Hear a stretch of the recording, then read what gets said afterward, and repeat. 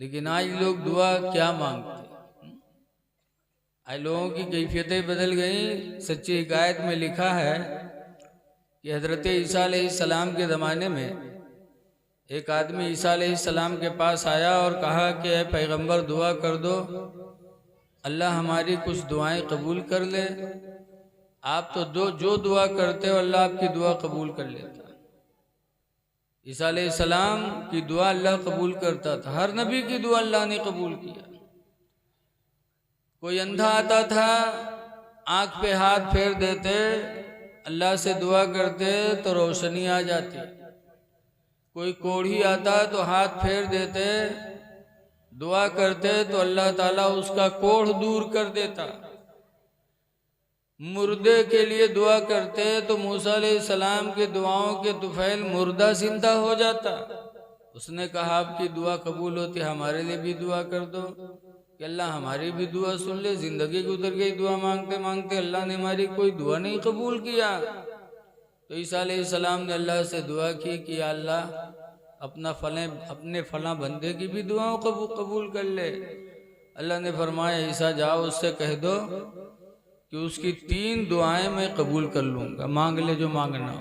ईसा अलैहिस्सलाम आए, उसे कहें कि अल्लाह ताला तेरी दुआओं को कबूल करने के लिए राजी है, जो मांगना हो मांग ले। जब वो सुनिस तो का दुआ मांगिस, जैसे सुनिस वैसे सबसे पहले हाथ फैलाई दुआ मांगिस कि या अल्लाह हमारी बीवी को चांद की तरह चमकदार बना दे। सबसे पहले का मेहरुआ याद है, अल्लाह का वादा हो चुका था, चांद की तरह चमकने लगी। लेकिन आदत बिगड़ गई। अब जब आदत बिगड़ गई तो दोनों मैया तू मैं हो लग। धीरे धीरे झगड़ा हो तो कुछ दिन के बाद वो नौबत आई कि दोनों मैया बोलचाल बंद हो गया। अब जब बोलचाल बंद हो गई, हफ्ता 2 हफ्ता गुजर गया, बोलचाल नहीं हुआ, तो सोचे इसके अल्लाह ऐसी औरत से भी नौरत बेहतर कि जिससे बोले चाल नहीं है। तो जानत रहे मार दुआ भी बाकी है। बहा तो चाहिए तो जलाल में कही अल्लाह इसको कुतिया बना दे, वो कुतिया हो गई। अल्लाह कादिर है इस बात पर। जब कुतिया होगा तो कुतिया पर दम थोरो रहा था, निकल पड़ी घर से। अब कोनो के घर में घुसे, रोटी बोटी चुराए मारी जाए तो पो चिल्लाए। तभी का बहुत अफसोस के हाय अल्लाह ये हम का कह डारा। और लड़का रो में कहे अब्बा अब हम लोग अम्मा की का कहे। और ये बहुत परेशान की, बोल चाल नहीं रहा है, लेकिन लड़कन देखत रहा है, घर तो देखत रहा है। तो लड़के जब बहुत डाहें तो कहीं घबराओ ना, अभी हमारे एक दुआ बाकी है। बात उड़े कही अल्लाह जैसे पहले थी वैसे इसको फिर बना दे। तो जैसे पहले थे वैसे हो गए। 3 दुआ का मौका मिला और तीनों दुआ गए हैं लौट पोट मेहरबम लगाए दे। न उनका रोजी याद आए, न माँ बाप याद आए, न हश्र याद, कुछ नहीं सिवाय मेहरुआ के। आज हम लोग दुआ करते हैं परवरदिगार से, लेकिन कैसी दुआ करना चाहिए। अल्लाह ताला ने कहा है दुआ करो अपने माँ बाप के लिए।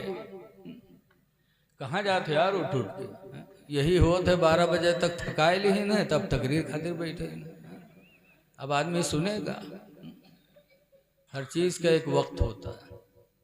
बहर कैफ जो भी वक्त गुजरा बेहतर गुजरा, इबादत में गुजरा। अल्लाह ताला हमारा आपका बैठना कबूल कर ले। लेकिन होना चाहिए तकरीर पहले नात बाद में, इसलिए कि हमारे नौजवानों के अंदर अल्हम्दुलिल्लाह जज्बा और इश्क़ रसूल अब भी मौजूद है। वो सुनते रहेंगे, लेकिन तकरीर से ऊँघई आवत है। अल्लाह जाने क्या बात है। शैतान चाहता नहीं कि कुछ बातें ऐसी सुनी जाएं जिससे हो सकता है अमल की तौफीक हो तो दुनिया भी बने आखिरत भी बने। बहरहाल है लोगों, थोड़ी देर बैठ जाओ, अभी जाओगे मोबाइल चलाओगे। किसी कहने वाले ने कहा है कि जागना है जाग लो अफलाक के साए तले, जागना है जाग लो अफलाक के साए तले, हश्र तक सोना पड़ेगा खाक के साए तले। ताज़ीम बहुत ज़रूरी है। अपने से बड़ों की ताज़ीम और छोटों पे रहम, ये बहुत ज़रूरी है। इसीलिए मेरे पैगंबर फरमाते मल्लम यरहम सगीरना, जो अपने से छोटे पर रहम न करे, वलम युक़िर कबीरना, और अपने बड़े की ताज़ीम न करे, फलैसा मिन्ना, तो उसका रिश्ता हमसे नहीं है। सरकार फरमाते उसका हमारा कोई ताल्लुक नहीं जो अपने से छोटे पे रहम न खाए और अपने से बड़े की इज्जत न करे। इसलिए लोगों, जिंदगी का उसूल बना लो, अपने छोटों पे रहम करो और अपने बड़ों की इज्जत करो, इंशाअल्लाह आपको इज्जत नसीब होगी। खुश नसीब हैं गंगा बहेड़ के गंग बहेड़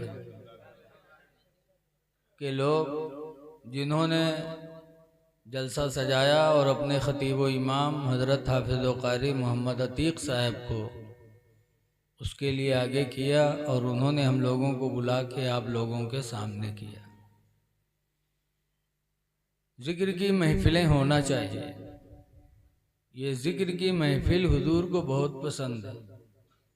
कुछ लोग तो कहा थे जलसा जुलूस मौलविन के खाए के धंधा हो, कहते कि नहीं कहते कि यही बहाने मौलविन के जेब गरम हो तो पेट भरत है।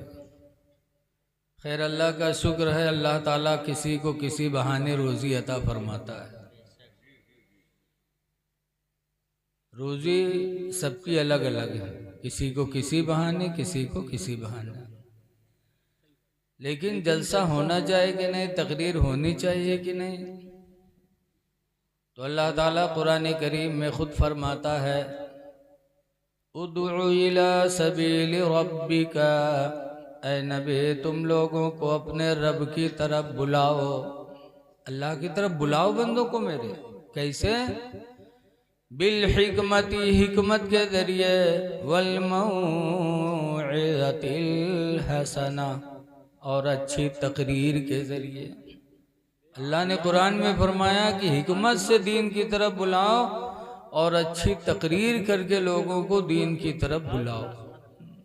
तो जब कुरान में है तो फिर उसका अगर इस तरह मजाक उड़ा जाए कि मौलविन के खाए के धंधा है, तो कितनी गलत बात है। लेकिन कुछ लोग जलसा जुलूस मावत है तो अल्लाह जाने का सोचत है। जैसे नमाज में जई है तो पढ़ी है नमाज, अल्लाह जाने का सोची है।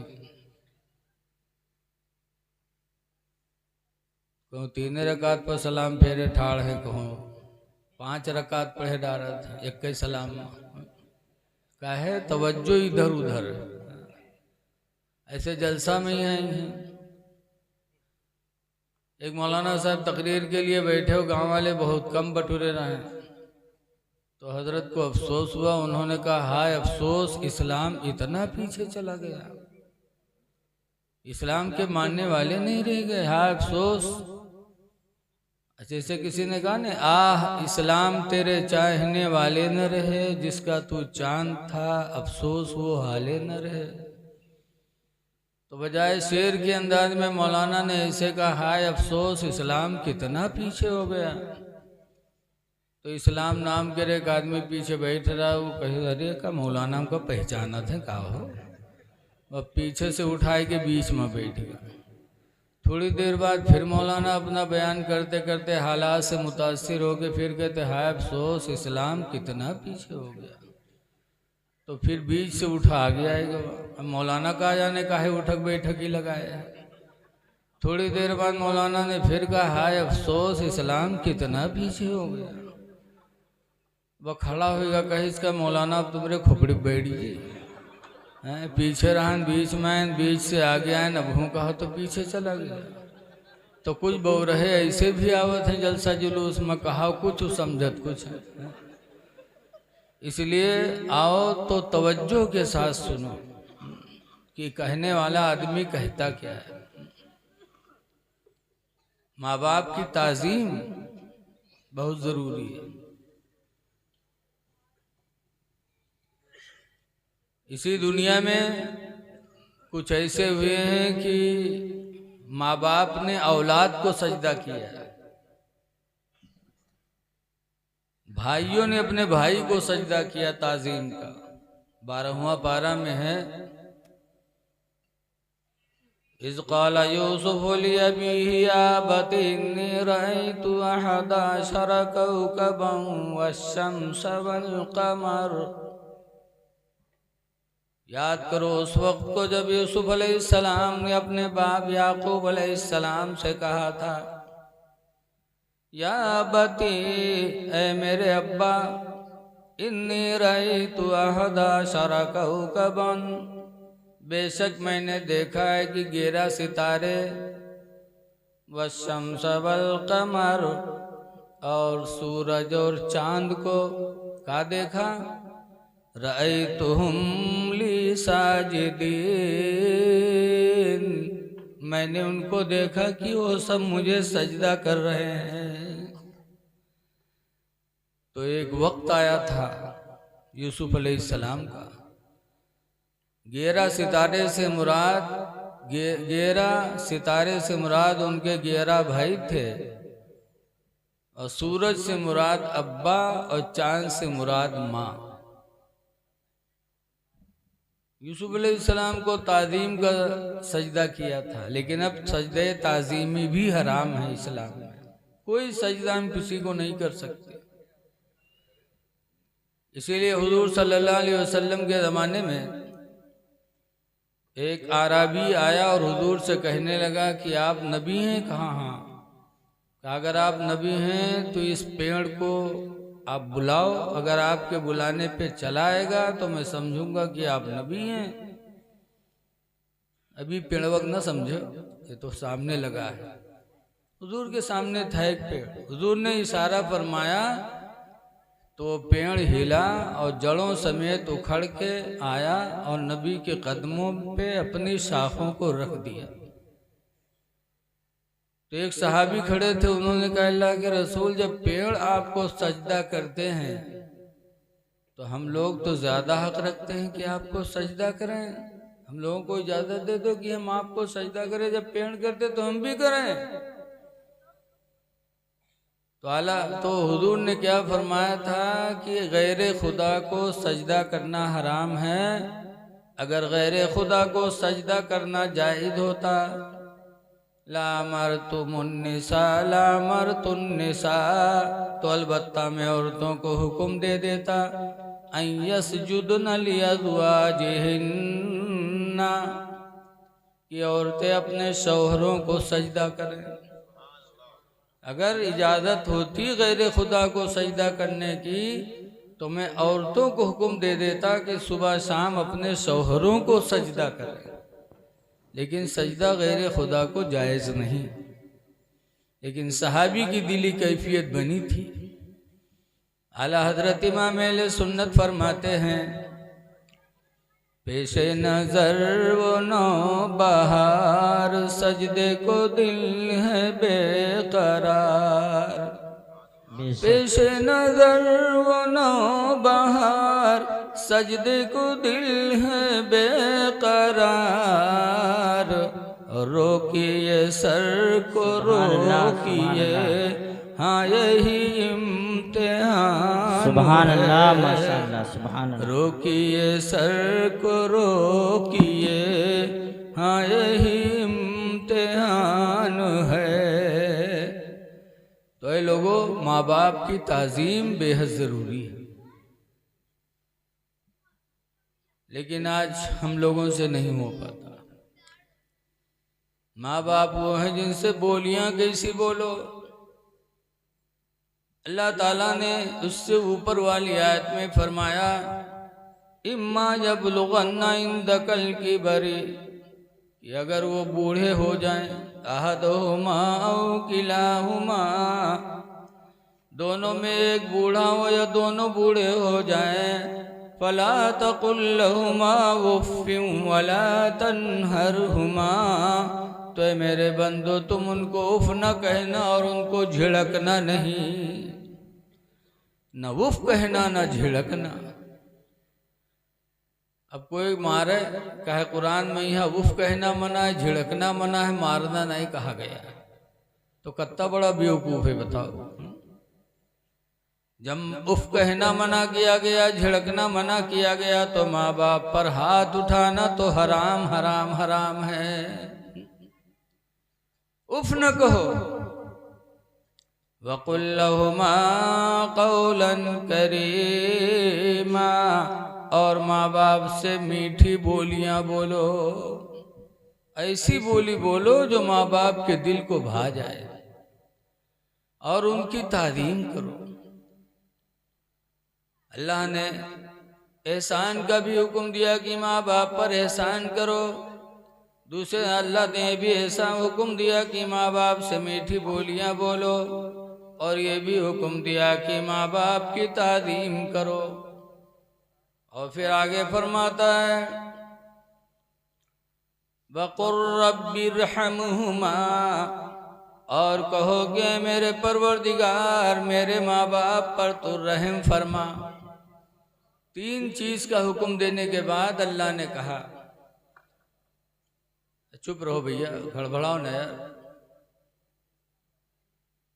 माँ बाप पर एहसान करो, माँ बाप से मीठी बोलियां बोलो, माँ बाप की तारीम करो।